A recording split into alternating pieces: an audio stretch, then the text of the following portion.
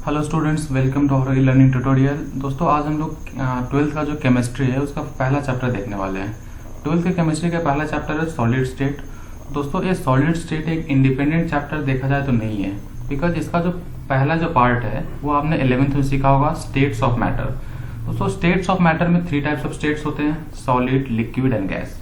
तो सबसे बड़ा क्वेश्चन आता है कि सॉलिड, लिक्विड, गैस तीनों कैटेगराइज कैसे होते हैं। तो सबसे इम्पॉर्टेंट थिंग जो इस यूनिवर्स को एक साथ रखता है या फिर जितने भी फेनोमेना होता है उसके पीछे का रीजन क्या होता है, फोर्स। तो दोस्तों फोर्स जो होता है वो 2 तरह का होता है, एक होता है अट्रैक्टिव फोर्स, दूसरा होता है रिपल्सिव फोर्स। तो जैसे आप सबको पता होगा कि ये जो पार्टिकल्स है, सॉलिड्स हो, लिक्विड्स हो या गैस हो, इनके जितने भी पार्टिकल्स है उनके बीच में कुछ ना कुछ फोर्स ऑफ अट्रैक्शन होगा या रिपल्सन होगा, तभी वो लोग एक साथ रहते हैं या फिर दूर दूर रहते हैं। जैसे सॉलिड देखा जाए, अगर हमने सॉलिड का स्टडी किया तो सॉलिड्स में जो कंस्टिट्यूएंट पार्टिकल्स होते हैं, कंस्टिट्यूएंट पार्टिकल्स मतलब मैं क्या बोलूंगा, उनके जो एटम्स होते हैं, उनके जो आयंस होते हैं या उनके जो मॉलिक्यूल्स होते हैं। तो सॉलिड्स के जो कंस्टिट्यूएंट पार्टिकल्स है वो क्या होता है, उनके बीच में एक बहुत स्ट्रॉन्ग फोर्स ऑफ अट्रैक्शन होता है। उनके बीच में क्या होता है, अट्रैक्टिव फोर्स होता है। उसी तरह से अगर मैं लिक्विड की बात करूं तो लिक्विड में क्या होता है, तो उनका अट्रैक्टिव फोर्स और रिपल्सिव फोर्स दोनों इक्वल होता है। इसके लिए उनको उनका जो एक प्रॉपर्टी होता है उसे हम लोग फ्लूइडिटी बोलते हैं। तो लिक्विड्स कैन फ्लो। क्यों फ्लो कर सकते हैं, क्योंकि उनका जो इंटरमॉलिक्यूलर फोर्स ऑफ अट्रैक्शन हो या रिपल्सन हो दोनों इक्वल होता है, मतलब उनमें जितना अट्रैक्शन है उतना ही रिपल्सन होता है। वही अगर मैं गैसेस की बात करूं तो गैसेस में क्या होता है दोस्तों, गैसेस में रिपल्सिव फोर्स ज्यादा होता है और अट्रैक्टिव फोर्स कम होता है। इसी वजह से गैसेस के जो मॉलिक्यूल्स है वो एक साथ नहीं रहते हैं, वो इधर उधर स्कैटर्ड वे में रहते हैं। तो दोस्तों ये स्टेट्स ऑफ मैटर में आप पढ़े होंगे, लेकिन आज जो हमारा टॉपिक है, आज हमारा जो चैप्टर जो हम स्टार्ट करने जा रहे हैं उसका नाम है सॉलिड स्टेट। तो सॉलिड स्टेट में एक्चुअली क्या है, सबसे मेन थिंग क्या है, सॉलिड स्टेट में फोर्स ऑफ अट्रैक्शन, जो कि मैंने आपको बताया कि सॉलिड में जो फोर्स ऑफ अट्रैक्शन होता है वो हाई होता है। और दूसरा एक और बात है कि सॉलिड, लिक्विड और गैस ये तीनों जो स्टेट्स हैं, तो कोई भी पार्टिकल हो, कोई भी अगर कंस्टिट्यूएंट पार्टिकल है, कोई भी एक सब्सटेंस हमने लिया, तो जनरली क्या होता है, कोई सब्सटेंस का अगर हमने टेम्परेचर और प्रेशर ये दोनों अगर हमने चेंज किया तो वो सॉलिड से लिक्विड में जा सकता है। कब जाएगा, तो सॉलिड से लिक्विड में जाना मतलब उसे हम लोग मेल्टिंग बोलते हैं। तो एक फिक्स टेम्परेचर होगा, किसी एक हर सब्सटेंस का अपना एक मेल्टिंग पॉइंट होता है। तो उस मेल्टिंग पॉइंट पे अगर हमने उसको हीट प्रोवाइड किया वहां तक, देन क्या होगा, तो वो सॉलिड से लिक्विड में कन्वर्ट हो जाएगा। और वही लिक्विड को अगर हमने और ज्यादा हीट किया देन वो क्या होगा, वो गैस में कन्वर्ट हो जाएगा दोस्तों।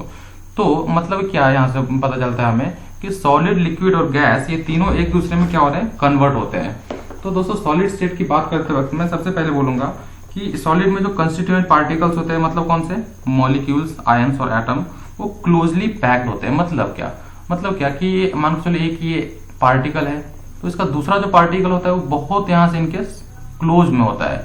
मतलब क्या कि वो एक पार्टिकल बहुत सारे पार्टिकल से घिरा होता है और बहुत अट्रैक्टिव, अच्छा उसमें अट्रैक्शन होता है। इसके वजह से क्या होता है कि वो ज्यादा मूव नहीं कर सकते वो। तो यहाँ पे एक फोर्स ऑफ अट्रैक्शन होता ही हमेशा, और वो इंटरमॉलिक्यूलर फोर्स ऑफ अट्रैक्शन बोलते हैं उसे। और दूसरा उसका नाम होता है कोहेसिव फोर्स। तो कोहेसिव फोर्स से क्या होता है, ये सब एक दूसरे से कनेक्टेड होते हैं। तो दोस्तों अभी मैं बात करना चाहूंगा कि सॉलिड स्टेट की जो प्रॉपर्टीज होते हैं, तो उसके बारे में हम लोग बात करते हैं कि उसके डिफरेंट प्रॉपर्टीज क्या है। सॉलिड मतलब क्या, कैसे हम बोलेंगे कि हाँ ये जो सब्सटेंस है इसे सॉलिड बोलेंगे। तो दोस्तों अभी नेक्स्ट स्लाइड में बढ़ते हैं। ओके दोस्तों, तो अभी हम लोग देखते हैं जो ये सॉलिड्स है उनका कुछ जनरल कैरेक्टरिस्टिक्स क्या है, उसके प्रॉपर्टीज क्या है। तो दोस्तों आप देख सकते हो, आप सबसे पहला प्रॉपर्टी जनरल उसका कैरेक्टरिस्टिक क्या है, they have definite mass, volume and shape. ठीक है दोस्तों, मतलब क्या कि सॉलिड जो होते हैं उनका डेफिनाइट वॉल्यूम होता है और उनका जो शेप फिक्स होता है। क्यों होता है, क्योंकि आप देख सकते हैं यहाँ पे जो फिगर है, यहाँ पे बाजू में आपको यहाँ पे दिया है हमने, उसमें आप देखोगे कि जो भी कंस्टिट्यूएंट पार्टिकल्स मतलब मेरा हमेशा एक ही उसका मीनिंग क्या होगा, वो एटम्स होंगे, आयंस होंगे या फिर मॉलिक्यूल्स होंगे। तो वो एटम्स, आयंस और मॉलिक्यूल्स जो होंगे वो एक दूसरे से बहुत क्लोजली पैक्ड है। जैसे ये देखो दोस्तों, यहाँ पे एक ये एटम है अपना, दूसरा ये है, दोनों क्या एक दूसरे से बहुत अच्छे से जुड़ा हुआ है। तो इसलिए हम लोग क्या बोल रहे हैं, वो क्लोजली पैक्ड है। और अगर वो क्लोजली पैक्ड है तो दोस्तों अगर हमने देखा ही, देखो अगर क्लोजली पैक है तो क्या हो रहा है, वो कॉम्पैक्ट होगा, कॉम्पैक्ट होगा तो क्या होगा, उसका वॉल्यूम फिक्स होगा और उसका शेप जो है सॉलिड्स का फिक्स होता है। जैसे अगर हमने देखा आयन का, अगर हमारे पास कुछ आयन का एक क्यूब होगा, अगर देन आयन का क्यूब मतलब क्या कि जैसे ये एक बॉक्स है, ये एक बॉडी जो आपको सामने दिख रहा है, ये क्यूबिकल शेप में अगर है, तो आयन का ऐसी तरह से कोई बॉक्स होगा आपके पास, तो उसका शेप फिक्स होता है, उसका मास फिक्स होता है। अगर सॉलिड मैंने बोला कि 1 kg, तो 1 kg फिक्स है कि हाँ 1 kg है वो। और उसका वॉल्यूम, तो वॉल्यूम क्या होता है दोस्तों, तो वॉल्यूम आपको क्या होता है कि टोटल उसमें कितना सब्सटेंस हम ऑक्यूपाई कर सकता है। ठीक है दोस्तों, तो अगर देखा जाए तो सॉलिड्स का जो मास है, वॉल्यूम है और शेप है, तीनों क्या होता है, फिक्स होता है। देन सेकेंड पॉइंट क्या है, intermolecular distances are short. Okay, intermolecular distance मतलब क्या, जो मैंने आपको बताया कॉम्पैक्ट है, तो कॉम्पैक्ट क्यों है, क्योंकि दो पार्टिकल के बीच में जो डिस्टेंस है बहुत छोटा है, बहुत कम है, मतलब बहुत मिनिमम डिस्टेंस होता है दो पार्टिकल के बीच में। और क्यों होता है मिनिमम डिस्टेंस, क्योंकि उनके बीच में एक अट्रैक्टिव फोर्स है। वो अट्रैक्टिव फोर्स होने की वजह से दोस्तों इनके बीच का जो इंटरमॉलिक्यूलर डिस्टेंस है वो बहुत छोटा होता है। ठीक है दोस्तों, तो अब हम थर्ड पॉइंट की तरफ बढ़ते हैं, वो है इंटरमॉलिक्यूलर फोर्स आर स्ट्रॉन्ग। तो जैसे मैंने आपको बताया कि सॉलिड के जो पार्टिकल है, सॉलिड के जो कंस्टिट्यूएंट पार्टिकल्स हैं, उनके बीच में एक स्ट्रॉन्ग फोर्स ऑफ अट्रैक्शन होता है, जिसे हम लोग बोलते हैं कोहेसिव फोर्स। दोस्तों अगर कुछ नोट्स निकालना हो तो आप एक नोटबुक और पेन लेकर बैठ सकते हो, और मैं जो भी कुछ यहाँ पे बोल रहा हूँ, जो इसमें हो सकता है इसमें नोट्स में ना हो, और मैं जो ओरली बोल रहा हूँ उसको आप नोट कर सकते हो, जो कि आपको बहुत ज्यादा हेल्प करेगा। आप जब पेपर सॉल्व करोगे या फिर जब आप प्रैक्टिस करोगे, देन उसमें बहुत ज्यादा हेल्प करने वाला है दोस्तों आपको ये। ओके, तो हम लोग कहाँ पे थे, थर्ड पॉइंट पे। तो जो सॉलिड के जो कंस्टिट्यूएंट पार्टिकल्स होते हैं, उनके बीच में एक कोहेसिव फोर्स होता है, एक फोर्स ऑफ अट्रैक्शन होता है, जिसकी वजह से उनका जो इंटरमॉलिक्यूलर फोर्स है वो क्या होता है, स्ट्रांग होता है। मतलब दो मॉलिक्यूल, दो आयंस, दो एटम्स, उसके बीच में जो अट्रैक्टिव फोर्स है वो बहुत ज्यादा स्ट्रांग होता है। इसलिए जो सॉलिड्स है उसके फिक्स मास होते हैं, फिक्स वॉल्यूम होते हैं, और ये सब प्रॉपर, सब ये शेप भी प्रॉपर होता है उनका। ठीक है दोस्तों, फोर्थ पॉइंट क्या देखिए दोस्तों, their constituent particles like atoms, molecules, ions, जो मैंने पहले आपको बताया है, have fixed position and can only oscillate about their mean position. Okay, ये ऑसिलेट मतलब क्या है दोस्तों, तो इसके जो पार्टिकल्स होते हैं, ठीक है दोस्तों, इसका जो पार्टिकल वो क्या करते हैं, एक मोशन करते हैं, जिसको ऑसिलेटरी या जिसको हम बोलते हैं वाइब्रेशनल मोशन। तो वाइब्रेट करते हैं ये जो पार्टिकल्स है, एक ही अपने पोजीशन पे क्या करते हैं, वाइब्रेट करते हैं। तो इसलिए, और ये ज्यादा कोई बाहर मूव नहीं कर सकते, वाइब्रेट करते हैं और फिर वहीं पे रहते हैं। ये मान के चलो ये एक पार्टिकल है, ये सॉलिड पूरा है, इस सॉलिड का एक ये पार्टिकल, सॉलिड का पार्टिकल ये नहीं करेगा कि ये अगर यहाँ से बाहर निकल के यहाँ पे भाग गया तो यहाँ पे हो गया और वो ये प्लेस जो है वो वैकेंट हो गया, वो प्लेस खाली हो गई, ऐसा नहीं होता।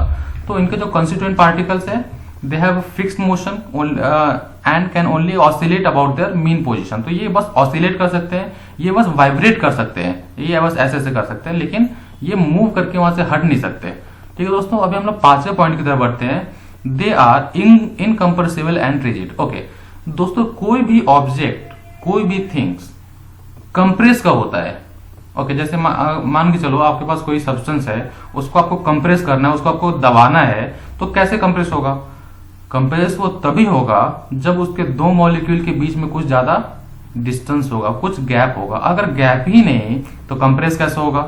तो इसलिए जरूरी क्या है कि सॉलिड्स के बीच में वहां पे डिस्टेंस नहीं होता, इंटरमॉलिक्यूलर डिस्टेंसेस आर शॉर्ट। इसी वजह से दोस्तों क्या हो रहा है कि जो सॉलिड है ये इनकम्प्रेसिबल होता है और रिजिड होता है। ठीक है दोस्तों, तो ये कुछ प्रॉपर्टीज है सॉलिड के, तो ये हमने देखा अभी। तो ये 5 प्रॉपर्टी जो कि बहुत इंपॉर्टेंट है, आपका सीटी, नीट, जेई और बोर्ड सबके पॉइंट ऑफ व्यू से बहुत इंपॉर्टेंट है दोस्तों। अब हम नेक्स्ट टॉपिक की तरफ बढ़ते हैं। ओके दोस्तों, तो सॉलिड्स जो होते हैं उनका जो रेगुलर या इरेगुलर अरेंजमेंट है, वो जो उनके जो कंस्टिट्यूएंट पार्टिकल्स है वो किस तरह से अरेंज किया गया है, इसके बेसिस पे दोस्तों ये जो सॉलिड है इसको हमने 2 पार्ट में कैटेगराइज किया है। तो 2 पार्ट कौन कौन से है, तो एक हो जाता है क्रिस्टलाइन सॉलिड और दूसरा होता है एमॉर्फस सॉलिड। तो ऑन द बेसिस, किसके बेसिस पे हम लोग कर रहे हैं दोस्तों ये, तो हम बोल सकते हैं द प्रेजेंस और absence of orderly arrangement of constituent particles of the solid distinguish the solids in 2 types. मतलब क्या कि हमने सॉलिड्स को हमने क्या किया, 2 पार्ट में डिवाइड किया है, 2 टाइप्स में डिवाइड किया है। किसके बेसिस पे, तो उसके जो कंस्टिट्यूएंट पार्टिकल्स है, उसके जो एटम्स है, उसके जो आयंस है, उसके जो मॉलिक्यूल्स है, उसका कैसा अरेंजमेंट है, कितने दूर तक उसका अरेंजमेंट प्रॉपर होता है। तो इसके बेसिस पे हमने क्या किया है, सॉलिड्स को दो पार्ट में डिवाइड किया है दोस्तों। कौन कौन सा, तो एक होता है क्रिस्टलाइन, दूसरा होता है एमॉर्फस। ठीक है दोस्तों, तो ये अगर देखा जाए तो बोर्ड पॉइंट ऑफ व्यू से ये एक अच्छा खासा क्वेश्चन बन जाता है दोस्तों आपका। ये क्वेश्चन बहुत इंपॉर्टेंट है। और दूसरी बात, हमने डिफ्रेंशिएट करके क्यों पढ़ा, क्योंकि अगर सेपरेट सेपरेट अगर आप पढ़ते हो तो सेपरेट पढ़ने में क्या हो जाता है कि एक क्वेश्चन की तरफ इसको नहीं देखते हो। तो हमने क्या किया, इसको एक क्वेश्चन बना दिया, difference between crystalline and amorphous solid. तो इसमें हम लोग क्या देखेंगे, क्रिस्टलाइन सॉलिड क्या होता है, एमॉर्फस सॉलिड क्या होता है, क्रिस्टलाइन कैसे एमॉर्फस से अलग है, ये सब हम लोग यहाँ पे स्टडी करने वाले हैं दोस्तों। तो दोस्तों सबसे पहली बात क्या होता है, जो क्रिस्टलाइन सॉलिड है उनका एक रेगुलर अरेंजमेंट होता है। क्या होता है, उनका एक रेगुलर अरेंजमेंट होता है। उनका ज्योमेट्री जो होता है, जो पहला पॉइंट हमारा ज्योमेट्री है, ज्योमेट्री में दोस्तों आपने क्या पढ़ा होगा अब तक, बस शेप पढ़ते हैं। ज्योमेट्री हम लोग क्या देखते हैं, एक ये स्क्वायर है, ये रेक्टेंगल है, फिर स्क्वायर होता है, फिर रोम्बस होता है। तो इस तरह अलग अलग हम लोग क्या पढ़ते हैं, शेप पढ़ते हैं ज्योमेट्री में। तो ये जो सॉलिड में जो क्रिस्टलाइन सॉलिड है, they have definite regular geometry which x tends through out the crystals. Okay, तो क्रिस्टल क्या होता है दोस्तों, आपने शुगर जो है अपना, जो चीनी होते बोलते हैं हम इसे हिंदी में, तो शुगर का एक अगर दाना आपने लिया तो वो एक क्यूबिकल शेप में होता है। तो उस टाइप का जो शेप है उसे हम लोग बोलते हैं क्रिस्टल है। वो शुगर का क्या है, एक क्रिस्टल है। तो इनका जो क्रिस्टल होता है, इनका जो एक यूनिट होता है, उस यूनिट मतलब क्या कि बहुत बड़ा एक पार्ट है। जैसे मैं आने वाले स्लाइड्स में आपको बताऊंगा कि एक यूनिट मतलब क्या होता है। एक बहुत बड़ा पार्ट है, उस पार्ट का एक बहुत बड़ा कुछ एक सब्सटेंस है, उसका एक छोटा सा एक पार्ट अगर मैंने उठाया तो मैं उसे क्या बोलूंगा, एक यूनिट है, एक वो क्रिस्टल है उसका। ठीक है दोस्तों, तो इनका जो सॉलिड, जो क्रिस्टलाइन सॉलिड है, इनका ज्योमेट्री क्या होता है, they have definite regular geometry. मतलब इनका ज्योमेट्री फिक्स होता है। क्यों फिक्स होता है, उससे फायदा क्या होता है कि फिक्स ज्योमेट्री होने की वजह से ये इधर से उधर मूव नहीं कर सकते। इनका एक फिक्स अपना प्रॉपर्टीज होता है। इनके जो भी फिजिकल प्रॉपर्टी जो है, केमिकल प्रॉपर्टी जो, वो प्रॉपर वे से वेरी करता है, मतलब सेम रहता है ऑल डायरेक्शन में। अगर हमने देखा है, मतलब मैंने अगर अगर हमने पैरामीटर चेक किया तो एक parameter through out the solid same होगा, दूसरा पैरामीटर अगर हमने देखा तो उसके अकॉर्डिंग वो रहेगा पूरा। वही अगर मैंने ज्योमेट्री की बात की एमॉर्फस सॉलिड की, तो they do not have definite orderly arrangement. मतलब इनका जो अरेंजमेंट है, किसका अरेंजमेंट, तो कंस्टिट्यूएंट पार्टिकल्स का। तो कंस्टिट्यूएंट पार्टिकल्स का अरेंजमेंट जो एमॉर्फस है उसमें प्रॉपर नहीं होता है। ठीक है दोस्तों, लेकिन क्रिस्टलाइन सॉलिड्स में क्या होता है, तो they have definite regular geometry.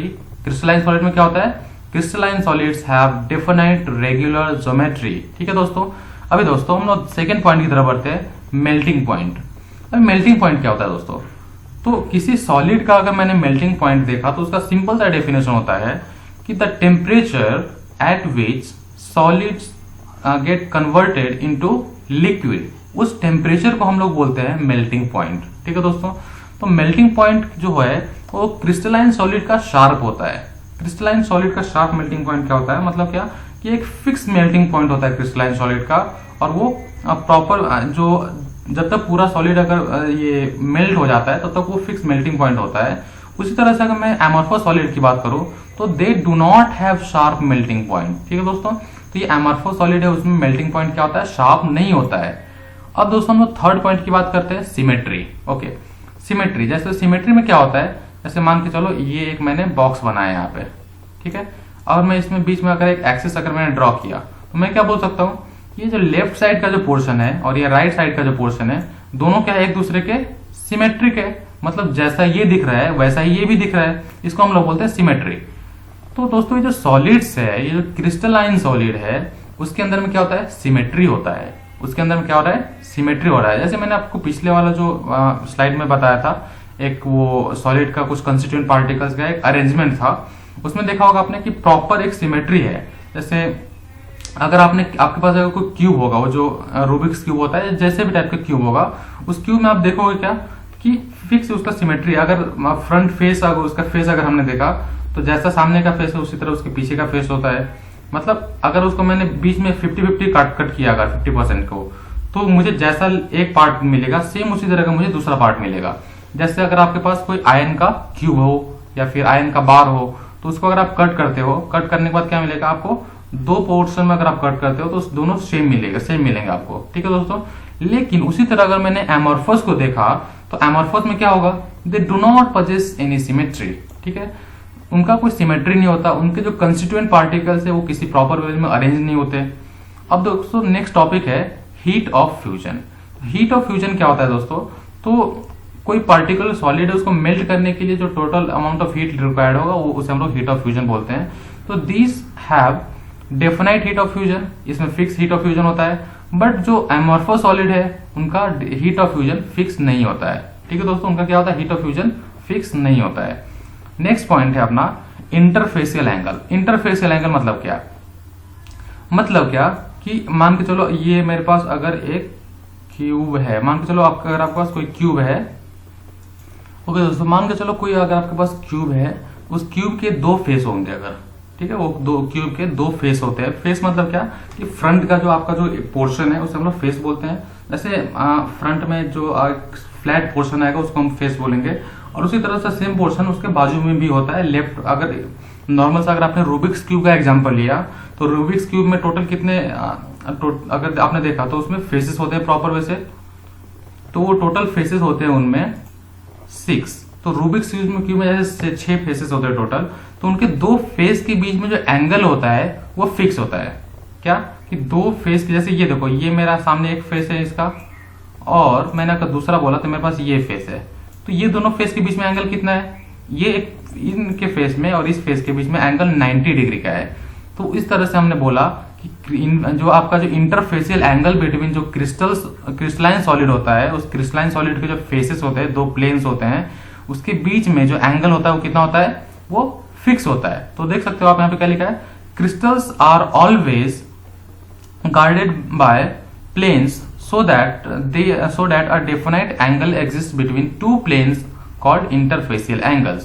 But वही अगर हमने एमॉर्फस सॉलिड देखा तो उनमें इंटरफेसियल एंगल में क्या होता है, they do not possess any interfacial angles.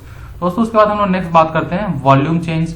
तो दोस्तों ये जो क्रिस्टलाइन सॉलिड होता है तो उनमें क्या होता है, there is sudden change in volume when it melts. तो जब वो मेल्ट होता है तो मेल्ट होने के बाद क्या हो रहा है, जब वो लिक्विड स्टेट में आएगा, तो लिक्विड स्टेट में आएगा तो उसके जो फोर्सेस ऑफ अट्रैक्शन होंगे और फोर्स ऑफ रिपल्सन होगा वो इक्वल होगा। इसके वजह से तो उसमें क्या होता है, सडन वॉल्यूम चेंज होता है। लेकिन वही अगर हमने देखा एमॉर्फस सॉलिड में तो there is no sudden change in volume on melting. उनका जो मेल्टिंग पे जो वॉल्यूम चेंज होना चाहिए वो जिस तरह से होना चाहिए उस तरह से नहीं होता है, वो फिक्स नहीं होता, वेरिएबल होता है वो। तो दोस्तों नेक्स्ट टॉपिक है हमारा आइसोट्रॉपिक एंड एनिसोट्रॉपिक। आइसोट्रॉपिक और एनिसोट्रॉपिक को स्टडी करने के वक्त मैं क्या बोलूंगा, सिंपल सी बात क्या याद रखो कि मान के चलो यहाँ पे बहुत सारे पार्टिकल्स हैं मेरे पास, अगर ये एक पार्टिकल है, दूसरा पार्टिकल। ओके दोस्तों, आप इस फिगर में यहाँ पे देख सकते हो, ये देखो यहाँ पे जो मैंने एक छोटा सा एक जीरो और क्रॉस का ये बनाया है, इसमें देख सकते हो। अगर मैं इसे सीधा अगर मैं ऐसे जाऊं तो मुझे सामने सीधा क्या मिल रहा है, बस 0 0 मिल रहा है। अगर मैं इधर जाऊं तो मुझे क्या मिल रहा है, क्रॉस क्रॉस मिल रहा है। तो इसे हम लोग बोलते हैं एनिसोट्रॉपिक, ठीक है दोस्तों। तो इसमें देखो यहाँ पे क्या लिखा है, these are anisotropic, that is, anisotropic मतलब क्या है, their physical properties such as refractive index, conductivity etcetera have different values in different direction. तो वही दोस्तों देखो, अगर मैं इस x के डायरेक्शन में जाता हूं तो मुझे एक वैल्यू मिलेगा, वही अगर मैं 0 के साथ जाता हूं तो मुझे क्या मिलेगा, दूसरा वैल्यू मिलेगा। मतलब कि डिफरेंट डायरेक्शन में अगर मैं जाऊंगा, वही अगर मैं ऐसे जाता हूं, मूव करता हूं, तो मुझे दूसरा वैल्यू मिलेगा। तो इसमें क्या हो रहा है कि डिफरेंट डायरेक्शन में मुझे डिफरेंट वैल्यूज मिल रहे हैं, किसके, मुझे फिजिकल प्रॉपर्टीज है उसके। वही अगर मैं आइसोट्रॉपिक देखूं, आइसोट्रॉपिक का मतलब क्या होता है कि हाँ, पहली बात तो जो एमॉर्फस सॉलिड होता है वो होते हैं आइसोट्रॉपिक, और क्रिस्टलाइन सॉलिड होते हैं वो होते हैं एनिसोट्रॉपिक। तो जो आइसोट्रॉपिक है एमॉर्फस सॉलिड, वो क्या होता है, that is their physical properties such as refractive index, conductivity etcetera have same value in all direction. मतलब क्या कि वो रैंडमली, अगर ये 0 है, क्रॉस है, यहाँ पे क्रॉस होगा, यहाँ पे 0 होगा, बीच में यहाँ पे 0 हो सकता है, यहाँ पे क्रॉस हो सकता है, तो कुछ भी होगा। मतलब इस तरह से क्या होगा कि इनका जो डिफरेंट डायरेक्शन में कहीं पे भी जाओ, इनके जो प्रॉपर्टीज है वो हर जगह पे आपको सेम मिलेंगे। लेकिन वही आइसोट्रॉपिक में होता है क्या, नहीं, अगर डिफरेंट डायरेक्शन में जाते हो तो आपको डिफरेंट प्रॉपर्टीज मिलते हैं। ठीक है दोस्तों, हम नेक्स्ट टॉपिक की तरफ बढ़ते हैं। ओके दोस्तों, हमारा नेक्स्ट टॉपिक है टाइप्स ऑफ क्रिस्टलाइन सॉलिड। ठीक है, तो क्रिस्टलाइन सॉलिड्स है उसके टोटल 5 टाइप्स होते हैं। जैसे आप यहाँ पे देख सकते हो टोटल टाइप्स क्या क्या है, पहला है आयनिक, दूसरा है कोवेलेंट, तीसरा है मॉलिक्यूलर, चौथा है मेटालिक और पांचवा है एटॉमिक। तो ये टोटल 5 टाइप्स के क्रिस्टलाइन सॉलिड्स होते हैं। हम लोग एमॉर्फो सॉलिड का भी जो टाइप्स नहीं देख रहे हैं, हम लोग क्रिस्टलाइन सॉलिड्स का टाइप देख रहे हैं। ठीक है दोस्तों, तो क्रिस्टलाइन सॉलिड में पहला टाइप होता है आपका आयनिक सॉलिड। तो आयनिक सॉलिड में क्या होता है दोस्तों, तो आयनिक सॉलिड में उनका जो फोर्स, और तो मान के चलो आयनिक सॉलिड में क्या होता है कि उनका जो कंस्टिट्यूएंट पार्टिकल है वो होता है आयंस। आयंस मतलब क्या, पॉजिटिवली चार्ज आयंस हो सकता है, निगेटिवली चार्ज आयंस हो सकता है। तो आयनिक सॉलिड में क्या होता है, दो आयंस के बीच में कौन से फोर्स होंगे, तो दो आयन के बीच में इलेक्ट्रोस्टैटिक फोर्स ऑफ अट्रैक्शन होता है। तो सॉलिड्स है, सॉलिड्स के बीच में फोर्स ऑफ अट्रैक्शन तो होंगे, लेकिन वही अगर ये आयोनिक सॉलिड है तो आयोनिक सॉलिड के बीच में उसे कंस्टिट्यूएंट पार्टिकल्स है उनके बीच में इलेक्ट्रोस्टैटिक फोर्स ऑफ अट्रैक्शन होता है। ठीक है दोस्तों, उनके बीच में क्या होता है, इलेक्ट्रोस्टैटिक फोर्स ऑफ अट्रैक्शन। मतलब क्या, ये देखो अगर मेरे पास एक प्लस चार्ज है तो मेरे उसके चारों साइड हर तरफ क्या होगा, माइनस चार्ज होंगे। मतलब क्या, एक प्लस हर तरफ से माइनस से गिरा होगा, और वही अगर ये माइनस है तो इसके साइड में क्या होगा, प्लस होगा। ठीक है दोस्तों, यहाँ पे देखो प्लस है, तो ये माइनस के चारों साइड में क्या है, प्लस है, और प्लस के चारों साइड में क्या है, माइनस है। तो इसमें जो आयनिक आयंस होंगे वो आयंस क्या होंगे, वो हर तरफ से अपने जो अपोजिट चार्ज आयन है उनसे घिरे होंगे। उसमें क्या होता है दोस्तों, तो मैंने जैसा आपको बताया उनके कंस्टिट्यूएंट कौन से होते हैं, तो positively and negatively ion, negative ions, इनमें जो भी आयंस होते हैं सबको क्या होते हैं, पॉजिटिव और निगेटिव होते हैं, मतलब आयंस ही होते हैं। आयनिक सॉलिड्स में जो कंस्टिट्यूएंट पार्टिकल होता है वो होता है आयंस, और उनके बीच में जो बॉन्डिंग, उनके बीच में जो फोर्स होता है वो फोर्स कौन सा होता है दोस्तों, तो जैसे आप मैंने बोला है कोलम्बिक फोर्स। कोलम्बिक फोर्स कौन सा फोर्स होता है, तो कोलम्बिक फोर्स होता है इलेक्ट्रोस्टैटिक फोर्स। तो उनके बीच का जो फोर्स है वो होता है इलेक्ट्रोस्टैटिक फोर्स। और दोस्तों उसके एग्जांपल्स हमने यहाँ पे लिए, उसका कुछ एग्जांपल जैसे NaCl, KCl, CaO, ये सब क्या है, आयनिक सॉलिड के एग्जांपल्स है। और दोस्तों इनका जो फिजिकल नेचर है, तो अगर आपने NaCl का क्रिस्टल अगर देखा तो वो हार्ड होते हैं, लेकिन अगर उसको हमने तोड़ा तो टूट सकते हैं, जैसे ग्लास की तरह टूट सकते हैं, तो ब्रिटल बोलते हैं हम उसको। इस प्रॉपर्टी को जो क्या बोलते हैं, मतलब ब्रिटलनेस बोलते हैं। तो आयनिक सॉलिड्स है, जो आयनिक क्रिस्टलाइन सॉलिड है वो क्या होता है, हार्ड बट ब्रिटल। और उनका मेल्टिंग पॉइंट, जो मेल्टिंग पॉइंट इनका क्या होता है, हाई होता है, इट्स अबाउट 1000 K। उनका जो मेल्टिंग पॉइंट है बहुत ज्यादा हाई होता है। उसी तरह से अगर मैंने उनका बॉइलिंग पॉइंट देखा तो उनका बॉइलिंग पॉइंट कितना जाता है, 2000 केल्विन के ऊपर जाता है। तो इनका बॉइलिंग पॉइंट भी बहुत ज्यादा हाई है। तो आयनिक सॉलिड है, आयनिक सॉलिड्स में क्या होते हैं, आयंस होते हैं। और दोस्तों आपको पता होगा कि आयंस क्या करते हैं, मोल्टन स्टेट में मूव करते हैं। मोल्टन स्टेट मतलब क्या है, लिक्विड स्टेट। लिक्विड स्टेट में आयंस क्या करते हैं, मूव करते हैं, लेकिन सॉलिड स्टेट में नहीं करते हैं। तो इस तरह से ये जो आयनिक सॉलिड है वो क्या होते हैं, कंडक्टर होते हैं। It's a good conductor, but in which state, it's good conductor only in liquid state, that is molten state. Okay दोस्तों, हम लोग सेकेंड टाइप के बारे में बात करते हैं, जो कि है हमारा कोवैलेंट सॉलिड। तो दोस्तों कोवैलेंट सॉलिड में क्या होता है, इनके जो कंस्टिट्यूएंट पार्टिकल्स होते हैं तो उनमें क्या है कि atoms connected in covalent bond. इनमें जो एटम्स होते हैं उनके बीच में कौन सा बॉन्डिंग होता है, तो कोवैलेंट बॉन्ड होता है। तो जैसे आपने केमिकल बॉन्डिंग में पिछले साल पढ़ा होगा, दो टाइप के बॉन्डिंग होते हैं, एक होता है आयनिक बॉन्डिंग, एक होता है कोवैलेंट बॉन्ड। मतलब मेन दो टाइप के होते हैं, वैसे बहुत कुछ हम लोग पढ़ते हैं उसमें। तो इसमें जो कोवैलेंट बॉन्ड होता है मतलब क्या है, इसमें शेयरिंग होता है यहाँ पे। ठीक है दोस्तों, तो जैसे इसमें अगर इसका एग्जांपल देखूं तो मैं इसमें SiO2 है, डायमंड है और ग्राफाइट है, इसका हमने एग्जांपल लिया है। तो इनके बीच में जो इनके जो इलेक्ट्रॉन्स है, इनके जो एटम्स है, उनके बीच में क्या हो रहा है, शेयरिंग हो रहा है। लेकिन इनका जो फिजिकल नेचर होगा ये क्या होगा, इनका कोवैलेंट सॉलिड्स जो होते हैं वो हमेशा हार्ड होते हैं। ठीक है दोस्तों, और इनका मेल्टिंग पॉइंट कितना है दोस्तों, तो इनका मेल्टिंग पॉइंट है अबाउट 4000 केल्विन। और वही अगर मैं इसका बॉइलिंग पॉइंट की बात करूं तो वो 5000 के ऊपर जाता है। ठीक है दोस्तों, और इसका इलेक्ट्रिकल कंडक्टिविटी, तो ये इंसुलेटर होते हैं एक्सेप्ट ग्राफाइट। तो जो ग्राफाइट होता है, ग्राफाइट में क्या हो रहा है कि वहां पे उनका जो पार्टिकल्स है उसके थ्रू इलेक्ट्रिसिटी कंडक्ट किया जा सकता है। लेकिन वही अगर डायमंड की बात करूं तो डायमंड में क्या होता है, इलेक्ट्रिसिटी कंडक्ट नहीं कर सकता है। तो बस ग्राफाइट को अगर मैं छोड़ दूं तो किसी भी कोवैलेंट सॉलिड्स में जो इलेक्ट्रिसिटी का कंडक्शन है वो नहीं होता है। ठीक है दोस्तों, हम नेक्स्ट टॉपिक, नेक्स्ट जो अपना पार्ट है उसकी तरफ बढ़ते हैं, मॉलिक्यूलर सॉलिड्स। मॉलिक्यूलर सॉलिड्स में दोस्तों क्या होता है, उनके जो कंस्टिट्यूएंट पार्टिकल्स है मॉलिक्यूलर सॉलिड्स के, वो होते हैं polar and non polar molecules. मतलब उनके अंदर ना पोल्स जनरेट होते हैं। ठीक है दोस्तों, उनके जो पार्टिकल है उसके बीच में क्या होता है, पोल्स जनरेट हुए होते हैं। उनमें बॉन्डिंग कौन सा होता है, तो मॉलिक्यूलर इंटरेक्शन होता है उसके अंदर, उनके अंदर हाइड्रोजन बॉन्डिंग होता है। फिर उसको मैं बोल सकता हूँ वहां पे उनके अंदर डाइपोल डाइपोल का बॉन्डिंग होता है, डाइपोल डाइपोल होता है वहां पे। दूसरी बात वहां पे क्या बोल सकते हैं, इसी फोर्स को हम लोग वैन डर वाल फोर्स ऑफ अट्रैक्शन बोल सकते हैं। तो मॉलिक्यूलर सॉलिड जो है उनके बीच में क्या होगा, वैन डर वाल फोर्स ऑफ अट्रैक्शन होगा। ठीक है दोस्तों, इस तरह से इसके एग्जांपल्स अगर मैं देखूं तो इसके एग्जांपल्स क्या होंगे, तो इसके एग्जांपल I2 होंगे, S8 होंगे, P4 होंगे, P4 मतलब फॉस्फोरस 4 बोलते हैं, या फिर स्टार्च बोल दो, या फिर सुक्रोस हो गया, वाटर हो गया। तो ये सब किसका एग्जांपल है, मॉलिक्यूलर सॉलिड का है। तो मॉलिक्यूलर सॉलिड अगर देखा जाए तो ओवरऑल मॉलिक्यूलर सॉलिड जो होते हैं वो सॉफ्ट होता है। ठीक है दोस्तों, मॉलिक्यूलर सॉलिड कैसा होता है, सॉफ्ट होता है। और वही इसका मेल्टिंग पॉइंट की मैंने अगर बात किया तो मेल्टिंग पॉइंट उसका 300 से 600 केल्विन तक होता है। ठीक है दोस्तों, और कभी कभी और 300 से 600 के बीच में एक्चुअली वो लाई करता है। वही अगर उसके बॉइलिंग पॉइंट अगर हमने देखा तो 450 से लेकर के 800 केल्विन तक होता है। और फिर जो स्टार्च, शुगर, वाटर वगैरह ये सब होते हैं उनका होता है 373 केल्विन टू 500 केल्विन। और ये जो पार्टिकल्स होते हैं मॉलिक्यूलर सॉलिड के, जो मॉलिक्यूलर सॉलिड जो है ये क्या होता है, ये इंसुलेटर होते हैं। These are not at all good conductor of electricity. ठीक है दोस्तों, तो ये लोग क्या होते हैं, इंसुलेटर होते हैं। ये जो मॉलिक्यूलर सॉलिड से ये क्या हो रहे हैं, इंसुलेटर है। उसके बाद दोस्तों हम चौथे टाइप की बात करेंगे, वो है हमारा मेटेलिक सॉलिड। ऑब्वियसली बात है मेटेलिक सॉलिड, मेटेलिक सॉलिड में क्या होगा, तो वहां पे मेटल आयंस होंगे। ठीक है दोस्तों, उनका जो मेटल्स होता है वो क्या हो रहा है कि चारों साइड से इलेक्ट्रॉन से पॉजिटिवली चार्ज आयंस होंगे, वो क्या होंगे, नेगेटिव चार्ज आयंस से वहां पे घिरे होंगे।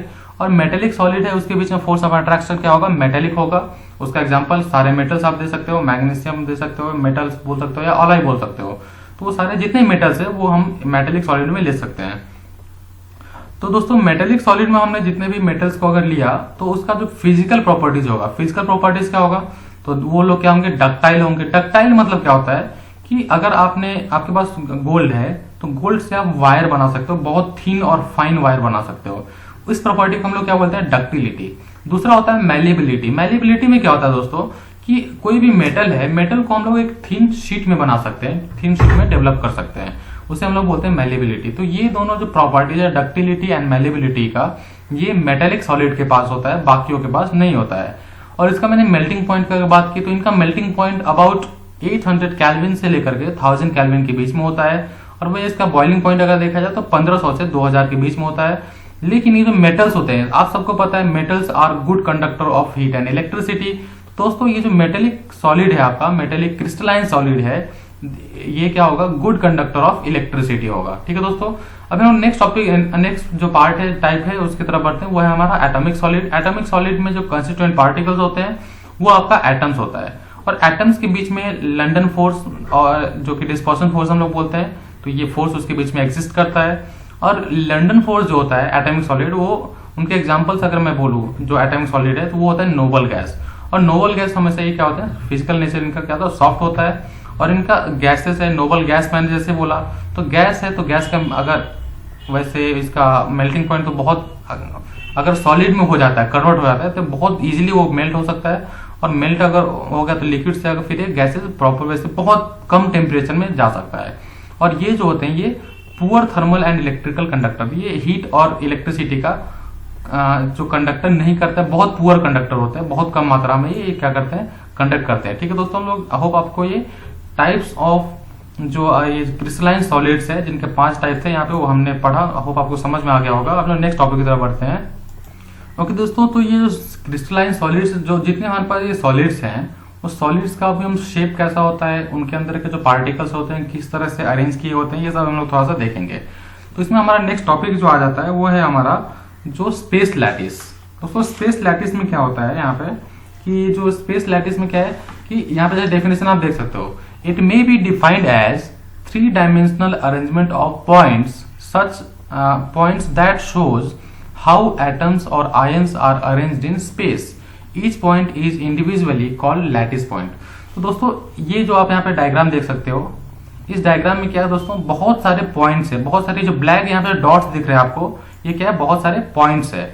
और इन पॉइंट्स को अगर मैंने 3D स्पेस में अगर अरेंज किया तो मैं क्या बोल सकता हूँ यहाँ पे कि मेरे पास क्या है, स्पेस लैटिस है। तो इन पॉइंट्स को अगर मैंने 3 डायमेंशनल ज्योमेट्री में, ये देखो, ये हम लोग ज्योमेट्री की जो मैं बात कर रहा था, इसे हम लोग ज्योमेट्री बोलते हैं। ये जो यहाँ पे एक क्यूब है, क्यूब का शेप ऐसे होता है ना दोस्तों। ये देखो, ये मेरा फ्रंट फेस है, ये इधर का मैंने देखा होगा तो ये मेरा साइड फेस हो जाता है, ये मेरा साइड फेस है, ये मेरा अपर फेस है, यहाँ से सी मेरा अपर फेस है और ये मेरा लोअर फेस है। तो ये देखो, ये इसके जो फेस के जो एंगल्स होते हैं ये प्रॉपर होते हैं, ये फिक्स होते हैं सॉलिड्स, क्रिस्टलाइन सॉलिड्स में, जो कि मैंने आपको प्रॉपर्टीज में बताया था। ओके दोस्तों, लेकिन हम लोग यहाँ पे अभी स्पेस लैटिस पढ़ रहे हैं। तो स्पेस लैटिस का जैसे मैंने आपको डेफिनेशन बताया, क्या होता है कि it's a three dimensional arrangement of points. ठीक है दोस्तों, तो जैसे ये देखो, ये पॉइंट है स्पेस में 3D में, क्या है, एक पॉइंट यहाँ पे अरेंज किया गया है, दूसरा पॉइंट ये है, तीसरा पॉइंट ये है। इस तरह से क्या है, बहुत सारे पॉइंट्स, अगर मैंने स्पेस लैटिस में देखा तो बहुत सारे पॉइंट्स होते हैं। तो इस अरेंजमेंट को हम लोग बोलते हैं स्पेस लैटिस। ठीक है दोस्तों, क्योंकि ये स्पेस में होता है। Each point is individually called as lattice point. तो स्पेस लैटिस में जो ब्लैक डॉट्स आपको दिख रहे हैं, जो ब्लैक पॉइंट्स आपको दिख रहे हैं, इस पॉइंट्स को हम लोग क्या बोलते हैं, लैटिस पॉइंट। और इसके जैसे आप देख रहे हो, जो स्पेस है इसको हम लोग स्पेस लैटिस बोलेंगे और ये जो पॉइंट है इसको लैटिस पॉइंट बोलेंगे। अब दोस्तों इसमें एक इंपॉर्टेंट थिंग क्या आ जाता है, यूनिट सेल। यूनिट सेल क्या होता है दोस्तों, तो जो आपका इतना बड़ा जो स्पेस लैटिस है, ये लैटिस में बहुत सारे जो पॉइंट्स है, इसका मैंने एक छोटा सा अगर मैंने पार्ट उठा लिया, ठीक है दोस्तों, तो इसमें से अगर मैं एक छोटा सा पार्ट कट करके निकाला तो मुझे ऐसा ये अरेंजमेंट मिलता है XYZ में, जिसे हम लोग बोलते हैं यूनिट सेल। ठीक है दोस्तों, यूनिट सेल, यूनिट क्या होता है कि किसी भी चीज का फंडामेंटल क्वांटिटी, फंडामेंटल जो बेसिक लेवल पे जो अगर मैं बोलूं तो वो होता है यूनिट। तो जो हमारा जो सॉलिड्स है, इसका यूनिट सेल, इसका जो फंडामेंटल पार्टिकल, ये फंडामेंटल जो इसका अरेंजमेंट है, ये हम लोग क्या बोलेंगे, यूनिट सेल में हमें पता चलता है। ठीक है दोस्तों, हम नेक्स्ट टॉपिक की तरफ अगर मैं बात करूं तो यहाँ पे क्रिस्टल लैटिस है। तो दोस्तों क्रिस्टल लैटिस में क्या होता है कि आपके पास जितने भी ये लैटिस पॉइंट थे, क्या बोला दोस्तों, कि देखिए यहाँ पे व्हेन द लैटिस पॉइंट्स, ये जितने भी आपके पास लैटिस पॉइंट्स है in the space are replaced by actual atoms ions, then the space lattice is called crystal lattice. मतलब कि ये जो जितने भी स्पेस में जो पॉइंट्स आपको दिख रहे हैं, जैसे ये मैंने यूनिट सेल लिया, यूनिट सेल में ये मेरे क्या है, ये अलग पॉइंट है, ये एक पॉइंट है, ये दूसरा पॉइंट है, इस तरह से मुझे टोटल यहाँ पे कितने 8 पॉइंट दिख रहे हैं। तो ये 8 पॉइंट जो है ये क्या है, अगर इन पॉइंट्स को मैंने एक्चुअल एटम से या फिर आयन से अगर रिप्लेस कर दिया, देन इस ज्योमेट्री को, देन इस शेप को मैं क्या बोलूंगा, क्रिस्टल लैटिस। ठीक है दोस्तों, इसको हम लोग क्या बोलेंगे, क्रिस्टल लैटिस। और ये क्रिस्टल, फिर उसके बाद क्या आता है, क्रिस्टल सिस्टम। तो अगर मैं एक यूनिट से बोलूं तो unit cell in 3 dimensional lattice is characterised by length ABC and their angles alpha beta gamma. तो दोस्तों जैसे आप देख सकते हो इस डायग्राम में, इस डायग्राम में क्या दिखाया है, जो यूनिट सेल का आपका डायग्राम है उसमें आप देख सकते हो, इसमें ये देखो, ये लेंथ है A, ये ब्रेथ है इसका B, और ये C क्या है, इसका हाइट है। तो इसमें 3 लेंथ होते हैं, लेंथ, ब्रेथ और हाइट, और इसमें 3 एंगल्स भी होते हैं। तो हॉरिजॉन्टल और वर्टिकल के बीच में एंगल, वर्टिकल और जैसे ये देखो X एक्सिस और Y एक्सिस के बीच में एंगल होगा, Y एक्सिस और Z एक्सिस के बीच में एंगल होगा, और X और Z के बीच में एंगल होगा, उसे हम लोग बोलते हैं अल्फा बीटा गामा। तो इस सिस्टम को हम लोग बोलते हैं क्रिस्टल सिस्टम। मतलब ये एक क्रिस्टल है पूरा, एक जैसे एक यूनिट सेल का हमने क्या बोला, क्रिस्टल है। These are known as unit cell parameters. कौन से यूनिट सेल पैरामीटर, तो ABC जो कि हमारे लेंथ है, लेंथ, ब्रेथ और हाइट, और अल्फा बीटा गामा, ये तीनों एंगल्स है, इसको हम लोग बोलते हैं ये यूनिट सेल पैरामीटर्स। ठीक है दोस्तों, अब हम नेक्स्ट इसमें बढ़ते हैं, ब्रेवियर लैटिस। तो दोस्तों ब्रेवियर लैटिस का मैं डेफिनेशन बताऊं तो ब्रेवियर लैटिस एक्चुअली क्या हुआ था, तो एक फ्रेंच मैथमेटिशियन थे जिनका नाम ब्रेवियस था। तो उन्होंने क्या देखा, उन्होंने देखा कि जो लैटिस पॉइंट्स है, ये जो लैटिस पॉइंट, ये जो अलग अलग जो पॉइंट्स है, ये पॉइंट्स का क्या हो सकता है, टोटल मैक्सिमम 14 तरीकों से उसको अरेंज किया जा सकता है। किया जा सकता है, उनको 14 तरीकों से अरेंज किया जा सकता है। किसने देखा, तो ये देखने वाले जो आदमी थे, ये थे फ्रेंच मैथमेटिशियन जिनका नाम ब्रेवियस था। इन्होंने 1848 में ऐसा एक अरेंजमेंट इन्होंने देखा और इन्होंने प्रॉपर वे से इसको स्टडी किया, तब इन्होंने ब्रेवियस लैटिस नाम का एक कॉन्सेप्ट निकाला। इसमें क्या होता है दोस्तों कि इनके जो टोटल जो इतने भी 14 टाइप से अरेंज किया जा सकता है जो लैटिस पॉइंट्स है, इस अरेंजमेंट को ही हम लोग बोलते हैं ब्रेवियर लैटिस। ठीक है दोस्तों, ये 40 जैसे इसमें देख सकते हो, showed from geometrical consideration that there can be only 14 different ways in which similar points can be arrange. मतलब क्या, ये जो जैसे क्यूब है ना दोस्तों, इसी तरह से ये जो जितने भी लैटिस पॉइंट्स है, ये डिफरेंट तरीके से अरेंज किए जा सकते हैं, जो कि हम लोग नेक्स्ट स्लाइड्स में देखेंगे कि कैसे अरेंज किया जा रहा है, ब्राइवियल लैटिस कैसे 14 टाइप्स के होते हैं, वो सब हम लोग स्टडी करने वाले हैं दोस्तों अभी। ओके दोस्तों, जो अभी हमने क्रिस्टल लैटिस देखा था, क्रिस्टल लैटिस, तो क्रिस्टल लैटिस टोटल 7 तरीके के होते हैं, जैसे मैंने आप पूरा नाम आपको बताया यहाँ पे। जैसे क्या होता है, क्यूबिक होते हैं, टेट्रागोनल होते हैं, ऑर्थोरोम्बिक होते हैं, मोनोक्लिनिक होते हैं, रोम्बोहेड्रल और हेक्सागोनल। तो ये जो 7 तरीके के जो आपके क्रिस्टल सिस्टम है, क्रिस्टल लैटिस है, ये 7 क्रिस्टल लैटिस 14 तरीकों से अरेंज किए जाते हैं, जिसे हम लोग बोलते हैं ब्रावियल लैटिस। ठीक है दोस्तों, तो क्रिस्टल लैटिस में पहला टाइप होता है हमारा क्यूबिक। क्यूबिक क्या होता है दोस्तों, तो क्यूबिक का अगर मैं बताऊं तो उनमें क्या होता है, जितने भी साइड्स हैं उनके जितने भी साइड्स वो क्या होंगे, इक्वल होंगे। जैसे मैं बताया आपको, A equals to B equals to C. मतलब क्या कि अगर इसके 3 साइड है तो तीनों के तीनों साइड क्या होंगे, इक्वल होंगे। मतलब इनका लेंथ होगा, इनका ब्रेथ होगा, इनका हाइट होगा, ये तीनों क्या होगा दोस्तों, ये होगा इक्वल। ठीक है दोस्तों, और वही जो मैंने आपको फेशियल एंगल बताया, 3 एंगल, तो वो तीनों एंगल क्या होंगे, अल्फा बीटा गामा, वो तीनों क्या होंगे, 90 डिग्री होंगे। ठीक है दोस्तों, मतलब क्या कि इसमें 3 साइड है, 3 साइड इक्वल होंगे और 3 एंगल क्या होंगे, ये 90 डिग्री होंगे। मतलब तीनों एंगल भी इसके क्या होंगे, इक्वल होंगे। कौन से एंगल, एक्स और वाई एक्सिस के बीच का एंगल, वाई जेड के बीच का एंगल और जेड एक्स के बीच का एंगल। और इसका एग्जांपल कौन सा है दोस्तों, तो इसके एग्जांपल होते हैं NaCl, KCl, CaCl, जिंक, ये सब इसके क्या है, अलग अलग एग्जांपल्स है। कॉपर हो गया और ये Ag जो अर्जेंटीनम हो गया, ये सब क्या है, इसके एग्जांपल्स है। ठीक है दोस्तों, तो ये जो आपका जो क्यूबिक लैटिस है, इसको भी 3 पार्ट में डिवाइड किया जाता है। वो 3 पार्ट कौन कौन से होते हैं, वो होते हैं सिंपल क्यूबिक सेल, दूसरा होता है बॉडी सेंटर्ड क्यूबिक सेल, तीसरा होता है फेस सेंटर्ड क्यूबिक सेल। ठीक है दोस्तों, अभी ये 3 टाइप कैसे होते हैं तो ये हम लोग डिटेल में पढ़ने वाले हैं नेक्स्ट स्लाइड्स में। उसके बाद दोस्तों दूसरा जो आपका पार्ट है, दूसरा क्या है, टेट्रागोनल। तो the tetragonal unit cell has 2 sides equal and third side with different length. मतलब क्या कि इनके A equals to B which is not equals to C।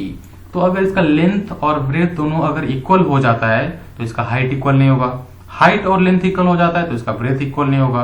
तो इस तरह से क्या टेट्रागोनल में क्या होता है, 2 साइड्स इक्वल होंगे लेकिन तीसरा साइड क्या होता है, इसका अनइक्वल होता है। और वही इसके जो एंगल्स हैं, तीनों एंगल्स, वो तीनों एंगल क्या होता है, 90 डिग्री होते हैं। और इनके एग्जांपल्स में क्या दिया है, SnO2 दिया है, TiO2 दिया है, सब इसके क्या है, अलग अलग एग्जांपल्स है। ठीक है दोस्तों, अभी जो ये आपका टेट्रागोनल जो है, टेट्रागोनल के भी 2 टाइप होते हैं। एक होता है प्रिमिटिव सेल और दूसरा होता है बॉडी सेंटर। ठीक है दोस्तों, प्रिमिटिव और बॉडी सेंटर। इसके बाद हम थर्ड टाइप जो देख रहे हैं, थर्ड टाइप क्या है, ऑर्थोरोम्बिक। तो ऑर्थोरोम्बिक में क्या होता है, तीनों साइड्स अनइक्वल होते हैं। क्या होते हैं, तीनों साइड्स अनइक्वल होते हैं और तीनों जो इसका एंगल है वो होता है 90 डिग्री। क्या होते हैं, तीनों एंगल्स इनके 90 डिग्री पे होते हैं। तो दोस्तों आप इसमें एक पैटर्न देख सकते हो। पहला जो आपका क्यूबिक सेल था उसमें जो लेंथ थे तीनों इक्वल थे। उसके बाद टेट्रागोनल आया, टेट्रागोनल में एक अनइक्वल था। उसके बाद जो तीसरा ऑर्थोनॉमिक आया उसमें तीनों अनइक्वल थे। ठीक है दोस्तों, मतलब पहले वाले में एक भी अनइक्वल का साइन नहीं, दूसरे वाले में एक अनइक्वल का साइन, तीसरे वाले में 2 अनइक्वल का साइन। ठीक है दोस्तों, इसे हम लोग ये तीसरा पार्ट जो था इसे हम लोग क्या बोला, ऑर्थोरोम्बिक। ठीक है दोस्तों, इसका मैं डायग्राम भी आपको बताने वाला हूँ कि कैसे ऑर्थोरोम्बिक है और क्या है ये सब डिटेल में। उसके बाद दोस्तों चौथा टाइप आता है आपका मोनोक्लिनिक। मोनोक्लिनिक में क्या होता है दोस्तों, तो इसके तीनों जो साइड्स होते हैं वो अनइक्वल होते हैं। क्या होता है, तीनों साइड्स अनइक्वल होते हैं, लेकिन इसका 2 एंगल इक्वल होता है, अल्फा बीटा इक्वल होता है और अल्फा गामा इक्वल होता है और बीटा क्या होता है, 90 डिग्री नहीं होता है। अल्फा गामा क्या होता है, दोनों 90 डिग्री होते हैं, इक्वल होते हैं, लेकिन वो जो बीटा जो है वो क्या होता है, 90 डिग्री नहीं होता है। तो इसका एग्जांपल क्या है, H2O, Na2SO4, ये सब क्या है, इसके अलग अलग एग्जांपल्स है। ठीक है दोस्तों, मोनोक्लिनिक हो गया। मोनोक्लिनिक के भी 2 टाइप होते हैं, प्रिवेटिव और एंड सेंटर्ड। ठीक है दोस्तों, एंड सेंटर्ड इसके एक दूसरा टाइप होता है। तो अभी हम लोग 5वें टाइप की तरफ बढ़ते हैं जिसका नाम है रोम्बोहेड्रल और ट्राइगोनल। रोम्बोहेड्रल में दोस्तों क्या होता है, इसके तीनों साइड्स इक्वल होते हैं और इसमें क्या हो रहा है दोस्तों, तो इनके दो एंगल एक्चुअली इनका तीनों एंगल इक्वल होता है, लेकिन क्या होता है, 90 डिग्री नहीं होता। तीनों एंगल इक्वल है लेकिन 90 डिग्री नहीं है। मतलब ये थोड़ा सा रोम्बिक रोम्बस जो होता है उसके शेप का होता है। इनके तीनों एंगल क्या हो रहे हैं 90 डिग्री नहीं होते हैं, लेकिन तीनों एंगल क्या होते हैं इक्वल होते हैं। तो इसका ऑर्थोरोम्बिक का एग्जांपल क्या आ जाता है दोस्तों, तो ये है आपका SB हो गया, ICL हो गया, तो ये सब अलग अलग इसके एग्जांपल्स हो गए हैं। देन दोस्तों छठवां टाइप है आपका ट्राइक्लिनिक। ट्राइक्लिनिक में क्या होता है कि इनके तीनों जो साइड्स है वो अनइक्वल होते हैं। तीनों साइड्स क्या है अनइक्वल होते हैं, और तीनों एंगल्स होते हैं वो भी अनइक्वल होते हैं, और वो 90 डिग्री भी नहीं होते। मतलब क्या कि उसका रैंडमली कुछ भी एंगल होगा उसका। और उसका एग्जांपल हमारे पास क्या है, तो K2Cr2O7, S3BO3, ये सब इसका अलग अलग क्या है एग्जांपल्स है। और दोस्तों सेवेंथ टाइप अगर मैं बोलूं तो सेवेंथ टाइप है आपका हेक्सागोनल। हेक्सागोनल में क्या होता है कि इसके दो एंगल 90 डिग्री होते हैं अल्फा बीटा, और गामा तीसरा एंगल 120 डिग्री होता है। इसका एग्जांपल सबसे बेस्ट एग्जांपल इसका ग्राफाइट होता है। ग्राफाइट में एक एंगल क्या होता है 120 डिग्री और दो बाकी क्या है दोनों एंगल 90 डिग्री। और इसका जो लेंथ है, इसका दो साइड लेंथ और ब्रेथ इसका सेम होता है, लेकिन वही उसका मैं हाइट की बात करूं तो इसका हाइट क्या होता है डिफरेंट होता है। ठीक है दोस्तों, यहाँ पे हमने क्या देखा 7 टाइप के क्रिस्टल लैटिस। अब इस 7 टाइप का जो क्रिस्टल लैटिस है इसको हम लोग टोटल 14 पार्ट में डिवाइड किए, जिसको हम लोग बोलते हैं ब्रेवियस लैटिस। ओके दोस्तों, तो मैंने आपको जो पहला टाइप बताया था वो था क्यूबिक लैटिस। क्यूबिक लैटिस में क्या था, तीनों साइड्स इक्वल थे और तीनों एंगल 90 डिग्री थे। ये देखो इसके साइड्स मतलब क्या है, ये देखो ये एक साइड है इधर वाला, दूसरा साइड ये B साइड होगा, इसका लेंथ, तीसरा इसका हाइट C हो गया। तो ये तीनों क्या है क्यूबिक सेल में इक्वल होते हैं। और इसका मैंने 3 टाइप का आपको बताया था। 3 टाइप क्या था, एक था simple cubic lattice, simple cubic cell, दूसरा था फेस सेंटर्ड, क्या था दूसरा फेस सेंटर्ड, और तीसरा क्या था दोस्तों, तो था बॉडी सेंटर्ड क्यूबिक सेल। तो दोस्तों इस तीनों टाइप को स्टडी करते हुए हम लोग क्या देखेंगे अभी कि सिंपल क्यूबिक सेल क्या होता है, फेस सेंटर्ड क्या होता है, और बॉडी सेंटर्ड क्या होता है। तो देख सकते हो in this type of lattice there are lattice points only at corner of each unit. क्या होता है इसके अलग अलग ये जो पूरा यूनिट है, जैसे इसका मैंने यहाँ डायग्राम दिखाया दोस्तों, इसके डायग्राम के थ्रू आप क्या देख सकते हो कि इसके जो सेल्स हो, इसके जो अलग अलग पॉइंट्स है, ओके, इसके जो ये पॉइंट्स है ये क्या है, ये देखो कॉर्नर पे हर एक कॉर्नर पे एक पॉइंट है, हर एक कॉर्नर पे क्या है एक लैटिस पॉइंट है। ठीक है दोस्तों, तो ये सिंपल क्यूबिक सेल होता है जिसमें हर एक कॉर्नर पे क्या होता है एक लैटिस पॉइंट होता है। और दोस्तों मैंने आपको अल्फा बीटा गामा एंगल बताया था, वो देखो यहाँ पे ये C और B के बीच में एक एंगल कौन सा है अल्फा है, A और C के बीच में एंगल कौन सा है बीटा है, और A और B के बीच में एंगल कौन सा है तो गामा है। तो दोस्तों आप यहाँ पे आप एंगल का भी स्टडी देख सकते हो, टोटल कैसे एंगल हमने बनाया है यहाँ पे। तो अल्फा बीटा गामा तीनों एंगल आपको समझ जाएगा यहाँ से, अगर पीछे आपको नहीं समझा हो तो। और दोस्तों जो सिंपल क्यूबिक सेल है इसमें क्या होता है, जो डिफरेंट इसके जो कॉर्नर्स है, हर कॉर्नर पे एक लैटिस पॉइंट होता है, और सारे लैटिस पॉइंट पे क्या हर कॉर्नर पे एक लैटिस पॉइंट है। लेकिन वही अगर मैं फेस सेंटर से देखो, फेस सेंटर, तो इसका जो फेस है इस फेस पे क्या है एक पॉइंट यहाँ पे दिखेगा आपको। मतलब टोटल यहाँ पे कितने दिख रहे हैं आपको, टोटल हर एक लैटिस पॉइंट मतलब हर कॉर्नर पे एक एक है, मतलब टोटल ये 8 हो गए, और बीच में एक है ये 9, मतलब टोटल यहाँ पे 9 लैटिस पॉइंट्स है। वही अगर मैं बॉडी सेंटर देखूं जिसको हम लोग बोलते हैं BCC, उसमें क्या होता है दोस्तों, तो इनके जो लैटिस पॉइंट है इसमें क्या है बॉडी के सेंटर में इसमें अलग अलग लैटिस पॉइंट है। देखो this type of lattice has point at the corner of the cubic cell with an additional point in the centre of the cube. तो हर ये क्यूब के हर सेंटर में क्या हो रहा है एक अलग अलग पॉइंट होते हैं यहाँ पे, इसे हम लोग बोलते हैं बॉडी सेंटर्ड सेल। ठीक है दोस्तों, ये क्या थे, तो ये क्यूबिक सेल के 3 टाइप थे। ठीक है दोस्तों, ये किसके थे क्यूबिक सेल के 3 टाइप। तो हमने टोटल 7 टाइप देखे थे, तो सातों के अलग अलग कितने कैसे टाइप्स है वो हम लोग अभी स्टडी करने वाले हैं। तो पहला हमने स्टडी किया क्यूबिक सेल। क्यूबिक सेल के 3 टाइप कौन से, simple cubic cell, face centred lattice और फेस सेंटर्ड क्यूबिक सेल, तीसरा बॉडी सेंटर्ड क्यूबिक सेल। दोस्तों उसके बाद हम नेक्स्ट टॉपिक की तरफ बढ़ते हैं। तो दोस्तों हम नेक्स्ट टॉपिक हम लोग देख रहे हैं ऑर्थोरोम्बिक। ऑर्थोरोम्बिक का जैसे मैंने आपको पहले बताया था उसके 2 टाइप होते हैं। ऑर्थोरोम्बिक के 2 टाइप कौन कौन से होते हैं, तो वो थे आपके सिंपल और बॉडी सेंटर्ड। ठीक है दोस्तों, सिंपल और बॉडी सेंटर्ड, इसमें मैंने दूसरा नाम भी आपको बताया था ऑर्थोरोम्बिक का, तो वो था आपका प्रिमिटिव सेल, जिसको हम लोग सिंपल सेल बोलते हैं। प्रिमिटिव मतलब ही सिंपल होता है। तो प्रिमिटिव में आप देख सकते हो, पहली बात तो ये जो आपका ऑर्थोरोम्बिक था, ऑर्थोरोम्बिक में क्या था, तीनों साइड्स इक्वल नहीं होते हैं। ठीक है दोस्तों, ऑर्थोरोम्बिक में, और जो उसके एंगल्स है, एंगल्स क्या होते हैं, तीनों 90 डिग्री होते हैं। तो ऑर्थोरोम्बिक में दोस्तों क्या है, दो टाइप में, पहला क्या है सिंपल ऑर्थोरोम्बिक, दूसरा है बॉडी सेंटर्ड। तो इसके सिंपल में क्या होता है दोस्तों हमेशा, तो इसके जो कॉर्नर्स है, जो हर एक कॉर्नर पे जो पॉइंट्स है, वो जो स्पेस जो आपका लैटिस पॉइंट है, यहाँ पे क्या होता है कॉर्नर पे होता है।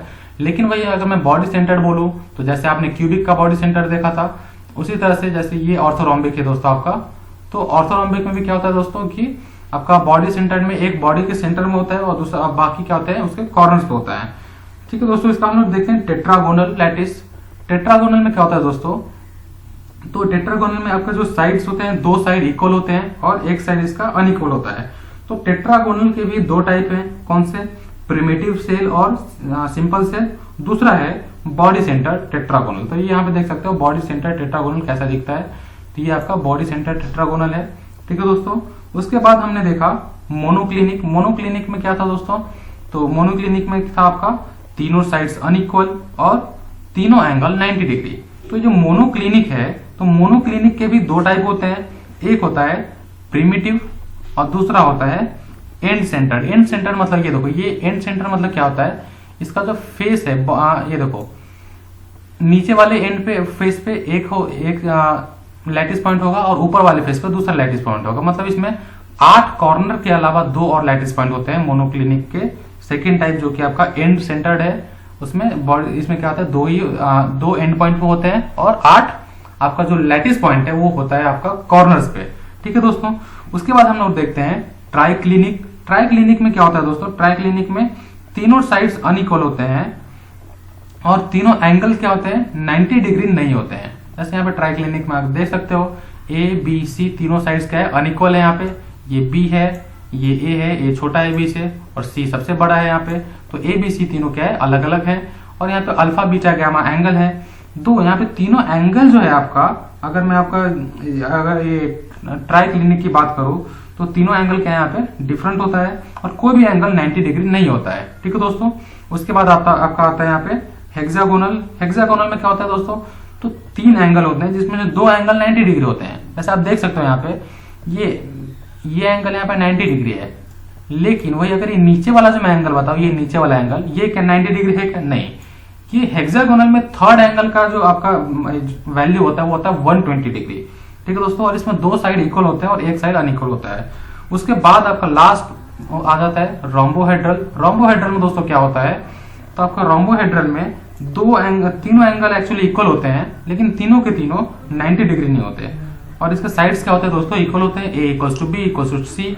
तो आपको यहाँ पे मैंने अभी टोटल 14 टाइप्स के जो आपके जो ब्रेवियर लैटिस वो बताया। जैसे देखो 1 2 3 4 5 6 7 8 9 10 11 और 3 पिछली स्लाइड में मैंने आपको बताया था। तो टोटल ये हो गया, टोटल कितने 14 टाइप्स ऑफ ब्रेवियर लैटिस जो कि हमने फाइंड किया है क्रिस्टल लैटिस में। 7 टाइप्स के क्रिस्टल लैटिस को हमने डिवाइड किया 14 टाइप्स ऑफ ब्रेवियर लैटिस में।